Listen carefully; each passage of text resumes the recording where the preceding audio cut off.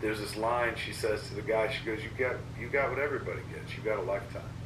And as I was laying there, I was like, oh my God, I got a lifetime. Like that's what it was. Nothing more, nothing fucking less. And I did some shit in it, and now it's gonna stop, and people are gonna go on without you, and that's not terrible. Like I thought I'd be fucking desperate to live, and instead I had that weird I understood what my mother said for the first time. Hello everybody, thank you so much for joining me today. My name is Alexis, for anybody who doesn't know. Welcome if you're new, or welcome back if you have been here before. I am the author of A Journey into Truth, Unveiling Life's Secrets for Truth Seekers. And this book talks all about the last 6 years of my life, the adventures I've been on, and some of the life lessons and philosophies I've learned along my journey from all of the teachers I've learned from.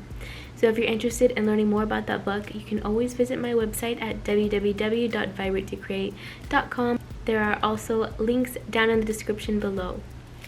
Here on Vibrate to Create, I talk about all things spiritual and metaphysical. I also talk about my own personal life experiences, the awarenesses I've come to because of those experiences. I make reaction videos to things like spiritual teachers, spiritual teachings, inspirational and motivational videos.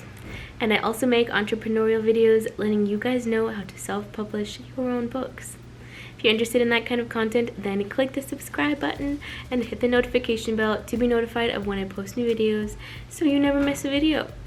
So today on Vibrate to Create, I'm actually going to be reacting to Joe Rogan and Kevin Smith.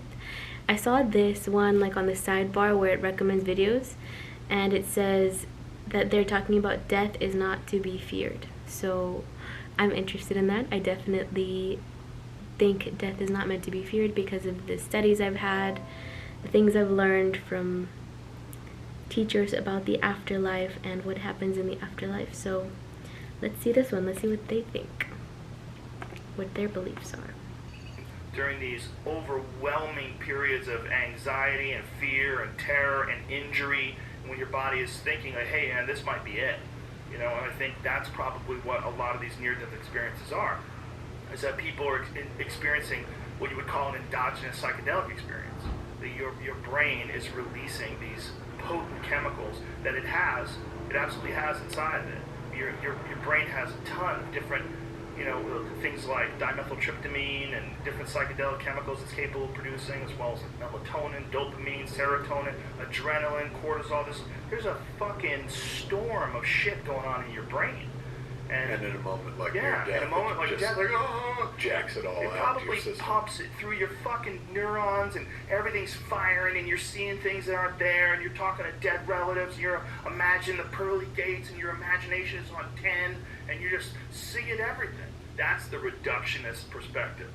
The hopeful, optimistic, spiritual woo-woo perspective is this is a chemical gateway, and you're seeing through the door of the other side, and then when they decide it's not your time yet, you're sucked back to where you lie, and then you're allowed to resume this life because you have more work to do. And that's the perspective that a lot of people feel when they come out of those experiences, right? They feel like I have more work to do, I can't stop now. My mom, years ago, God, it was like 10 years ago, more than that, even 15 years ago at this point, had a heart attack, or heart episode, rather. My dad died of a heart attack, but my mom was on the table and they were putting a stent into her heart, into her artery. And she was sitting there chit-chatting while they were doing the surgery. I guess she was on a local more so than anything else.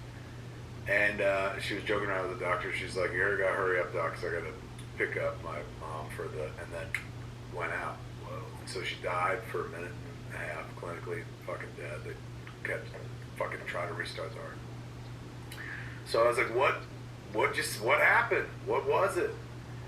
And she said, she didn't describe, like, I saw the bright lights and I saw people and blah, blah, blah. She said I was floating. And I was like, floating up? She goes, no, floating on my back. It's like, okay, well, you were on your back in the hospital. Do you think that's what it was? She's like, I don't know, but this is what I remember. Every iota of responsibility I ever felt in my life was gone. She's like, I felt free. Like I felt instantly lighter. And just as I was heading in a direction, that's when, like, they pulled her back. So she'd been dead for like a minute and a half, her heart and stuff. So I was like, all right, you've been in this best of all possible worlds for, fucking 60 plus years. Now you've seen a glimpse of the other side, which is better. And my mom said, the other side. And I said, what? Well, you were there for like a minute and change. Why? And she said, I was completely fucking free. No resistance. Like, that was it. I didn't know this one. I don't have to care for this one. I don't have to make sure this is taken care of. I don't have to feed the cat. She was like, it was bliss. She's like, and if that's what happens, then I look forward to that again. So when I was having my shit 3 months ago, and the doctor was like, you got a 20% chance of living, I was sitting there going through all the fucking shit in my head about like, all right, well, this is it. You spent your life with your head up your ass, fucking trying to figure out who you are. I started thinking about just the journey itself. I was like, well, if the journey's ending, what are your thoughts? Just like when they held up the phone, they were like, do you want to talk to your wife? And I was like, no, of course I did. But I didn't want to because I was like, I know in my heart of hearts, if I speak to my wife right now, I'm going to be in that 20%. I'm going to die. I'm going to be in the 80%. I'm going to fucking drop dead because that's the intensity of it? Not even like, oh my God, it's going to kill me. It just, the way they were so like, your wife is on the phone. Do you want to speak to her right now? Was very leading. And, they're professionals, and these cats deal with life and death every day, and this was my first experience with it. So what I got out of it was, you're probably going to die. Was what they felt. Yeah. And I was in this state of like, I didn't even realize I was in a heart attack. And so I remember looking at the phone and being like, if I answer it, if I talk to Jennifer, that's going to be it. I'm not going to leave this room. So I was like, I'm going to play the odds. If I don't talk to Jennifer, maybe there's some part of me that's like, look, I like talking to Jennifer. We've been together fucking 20 years. I better enjoy talking to Jennifer. Maybe if I put this phone call off, then I'll get to talk to Jennifer when it's all fucking done. So I said to the dude, I was like, you know what? Tell her I'll call her back. And the guy goes, seriously? And I was like, yeah. And I saw him talking and got off the phone. I was like, what'd she say? And he goes, she was fucking pissed, dude. And I was like, well, I'm dealing with my own shit right now. So I was just I was grateful more than anything else. I was like, what a fucking journey. Like, yeah, and I'm 47 and it seems short, but fucking like, you gotta admit you did more than fucking most people get to do, and maybe that's why it happened at an early age, because you weren't gonna get the rest of this time and shit like that. But like, I wasn't mad, I wasn't like, fucking, why, this is unfair. I remembered like, there's a issue of Sandman, which I absolutely loved, Neil Gaiman's comic book series back in the day. And in like after the first story arc, we meet his sister. The main character is Dream, Morpheus, the character of Dream. He's part of the Endless, and he's got other siblings, Delirium, Desire. One of his siblings is Death, and they represent Death in the comic book. You're used to seeing the fucking Scythe and the fucking Grim Reaper and shit. She's the little emo girl, goth girl, wearing an ankh around her neck and shit like that. It was written in the 90s. And they don't tell you right away that she's Death. As you're reading the issue, you're like, oh shit, I think she's meant to be Death. She's ferrying souls over to the other side. So you see a baby pass, and she's holding the baby, and then there's the refrain is like, I hear the sound of her wings, and that's taking this soul over to the next place, as she's sitting around talking to her brother. And so she eventually gets into a room with this older guy who's like, who are you? And she's like, I'm here for you. You know who I am. He's like, that's it? He's like, oh my God, I did all these things. I worked my fingers to the bone, and what did I get? This is it. What did I get? And she says, like a line that when I read it when I was 18, it was powerful. But when I was laying on the fucking table, it was constantly going through my head and made it all easier. Made me kind of at peace with the idea of dying. There's this line she says to the guy. She goes, "You got what everybody gets. You got a lifetime." And as I was laying there, I was like, "Oh my God, I got a lifetime." Like that's what it was. Nothing more, nothing fucking less. And I did some shit in it, and now it's gonna stop, and people are gonna go on without you, and that's not terrible. Like I thought I'd be fucking desperate to live. And instead, I had that weird, like, I understood what my mother said for the first time. Because I was laying there, I was like, oh my God, like I made it to the end. Like, this is it. This is the finish line. And it had been something that I was terrified of ever getting to. But then when really kind of faced with it, I was like, oh, like, I'm done. Like, I'm not scared that I'm done. I'm actually kind of relieved that I'm done. And, like, you know, fucking, like, I didn't get killed. And I wasn't home invaded. A shark didn't eat me. All the things that, like, I've been terrified of my entire life, like, I don't have to think about anymore. I made it to the end, and it's kind of okay. So it's weird. My whole life I thought, like, you know, I'd be scared to death, and most people, we all are. We're all terrified of fucking dying because we don't know. But that's the closest I ever came, and I wasn't scared. Like, suddenly the fear just went away, and it seemed logical. Like, of course it's over. Like, things end.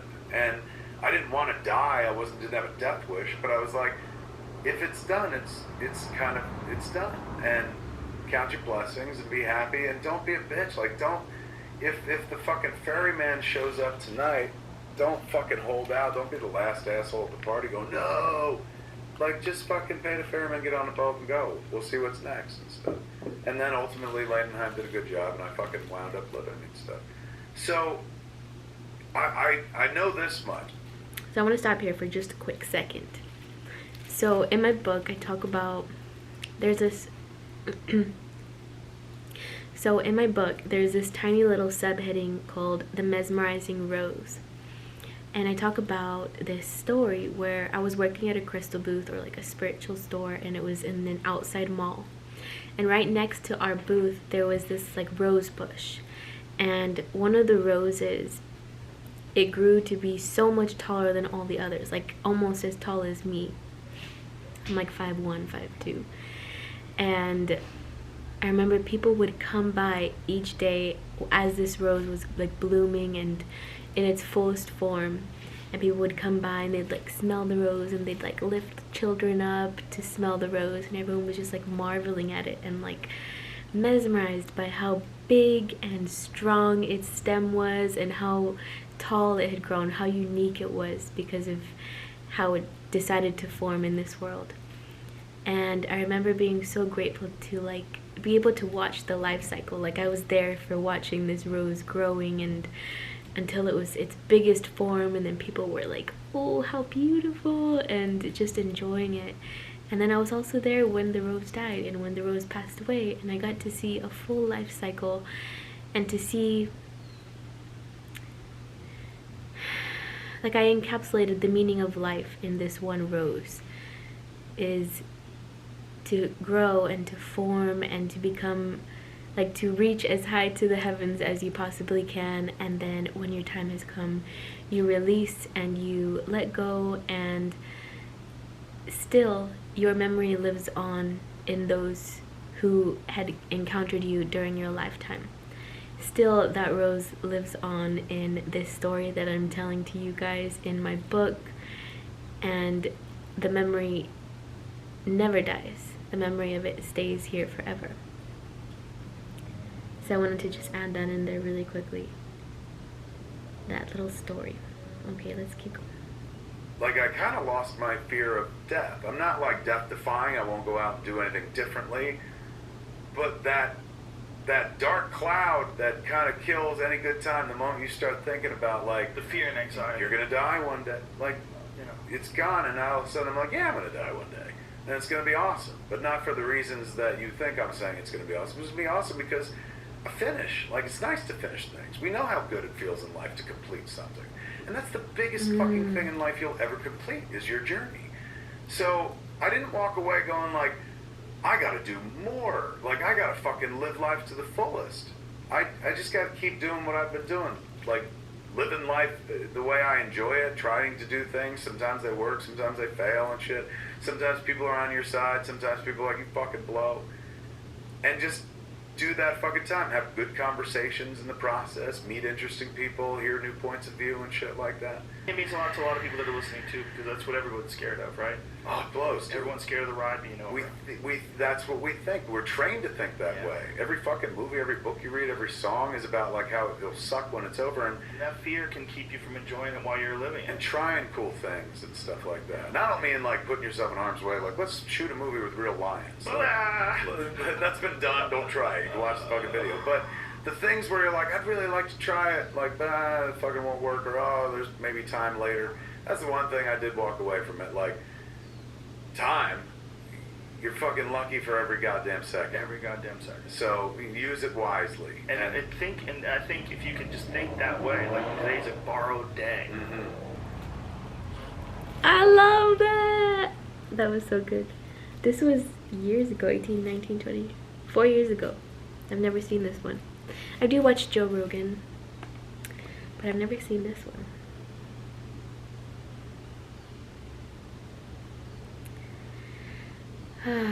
Let's see some of the comments. Someone said, so basically death is like waking up on a Monday dreading school only to remember that you already graduated. I've been having some mad death anxiety for years, and it's good to hear this guy out on seeing it in a nicer view.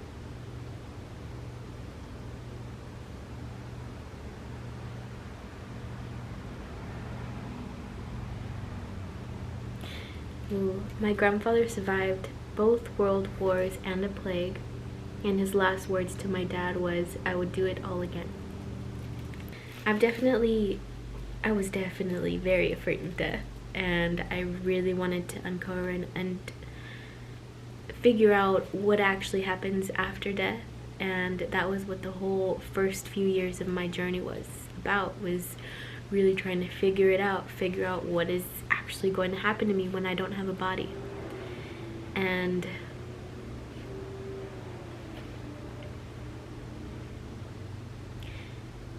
I say with the most certainty I can possibly have while still being in a body that I seriously fully think we don't actually end. We keep existing, we just exist without a body, without a physical body. There are different levels, different dimensions, different ways to experience reality. And I think the biggest takeaway here that he was talking about and describing to you guys is the enjoyment of this moment, the enjoyment of this life as you have it. I think Alan Watts once had a quote where he said something about like life is like a dance, like you experience the dance, you are in the dance, you fully feel your body as it moves, and you experience and you enjoy the music. Existence, the physical universe, is basically playful. There is no necessity for it whatsoever. It isn't going anywhere. That is to say, it doesn't have some destination that it ought to arrive at. But it is best understood by analogy with music.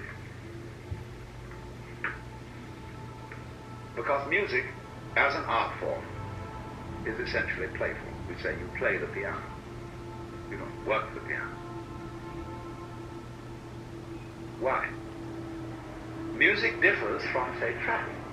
When you travel, you are trying to get somewhere. One doesn't make the end of a composition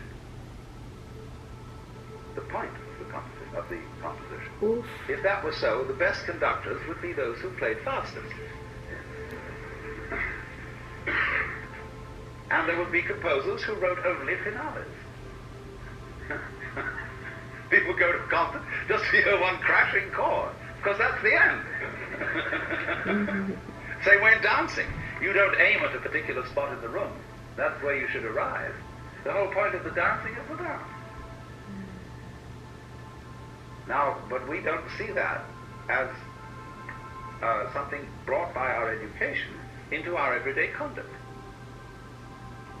We've got a system of schooling which gives a completely different impression. It's all graded. And what we do is we put the child into the corridor of this grade system with a kind of, come on, kitty, kitty, kitty. And now you go to kindergarten, you know. And that's a great thing, because when you finish that, you'll get into first grade. And then come on, first grade leads to second grade, and so on, and then you get out of grade school, you go to high school, and it's revving up, the thing is coming. Then you're going to go to college, and by Jove, then you get into graduate school, and when you're through with graduate school, you go out to join the world. And then you get into some racket where you're selling insurance, and they've got that quota to make. The thing is coming. It's coming. It's coming. That great thing, the success you're working for. Then when you wake up one day about 40 years old, you say, my God, I've arrived. I'm there. And you don't feel very different from what you always felt. By expectation. Look at the people who live to retire. You put those savings away. And then when they're 65, they don't have any energy left. They're more or less impotent. And they go and rot in an old people's senior citizens community. Because we simply cheated ourselves the whole way down the line. We thought of life by analogy with a journey, with a pilgrimage, which had a serious purpose at the end, and the thing was to get to that end, success or whatever it is, or maybe heaven after you're dead. But we missed the point the whole way along. It was a musical thing, and you were supposed to sing or dance while the music was being played. Oh, I love it so much. I love it so much. So this ending reminded me of let me stop recording here. This ending reminded me of a story from my book, and the story is, what did I say exactly?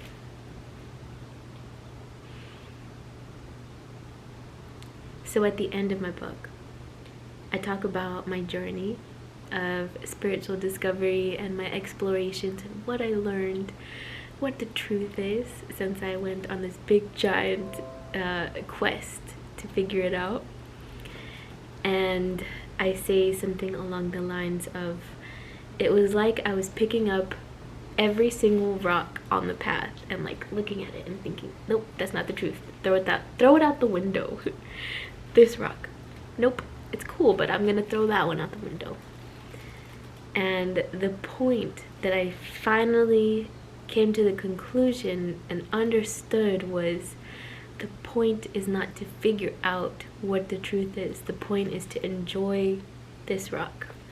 The point is to enjoy this conversation you're having, this person you're talking to, this idea you just learned, this philosophy, this beautiful place. Like, pick up the rock and enjoy the rock, and not try to figure out the rock, not try to conceptualize and come to a conclusion of an understanding of what is the actual truth. And enjoying the journey, enjoying the process, enjoy the life that you are given, and that each and every single step that you take on the labyrinth of life into.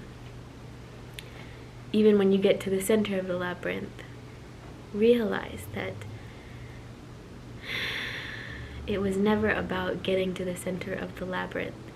It was about walking the labyrinth. It's about walking the labyrinth. I love that. I love that video. Ah, so good. So good. I hope you guys enjoyed today's video. If you have any questions or comments, you can leave them down in the comments below. And if you have anything you would like for me to react to next, leave that down in the comments for me. And again, all the links to my books, my journals, my website are all down in the description below. These videos will also be down in the description if you want to watch the whole thing. And thank you for joining me today and being part of my life's journey. And I hope you guys enjoyed. I'll see you guys next time. Bye guys.